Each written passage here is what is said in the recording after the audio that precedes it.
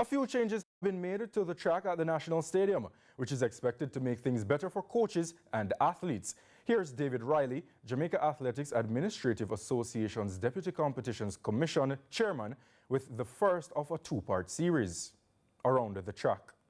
We'll talk about the 4x1 because that's now interesting. We've now had colored zones for the 4x100 meter relays, and those zones are in gold. So now we have gold exchange zones for the first exchange, which is the first leg to the second leg, the second exchange, which is the second leg to the third leg, and the third exchange, which is the third leg to the anchor leg. Those zones are now gold, and that's what we're going to talk about right now. 30-meter relay zone.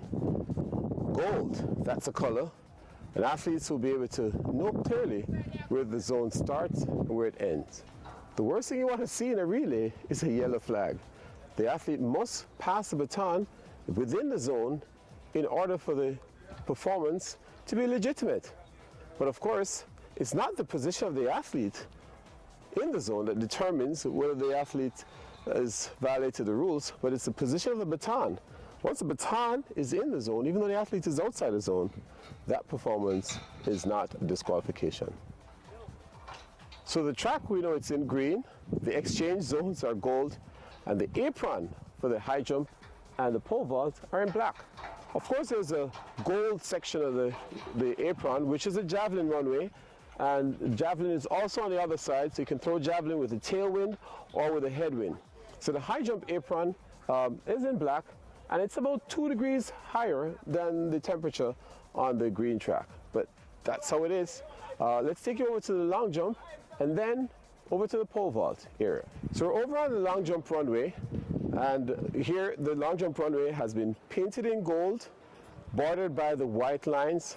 Of course, athletes must place their tape marks outside the white line and not on the line. So the athletes will vie for gold on the gold runway.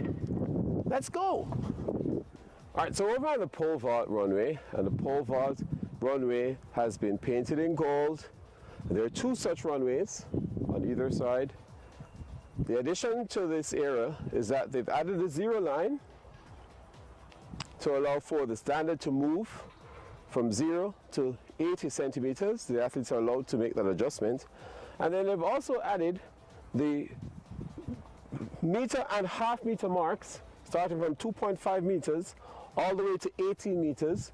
So coaches will be able to stay from in the coaching area and see the takeoff points for the athletes and make the judgment as to whether they're on inside or outside of their takeoff points.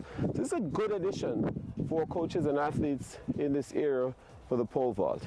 It should be very interesting how these modifications to the track will help the athletes in the competition, and hopefully these additions will make great competition.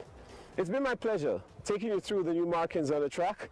We're looking forward to you at the next competition right here in Kingston, the sprint capital of the world.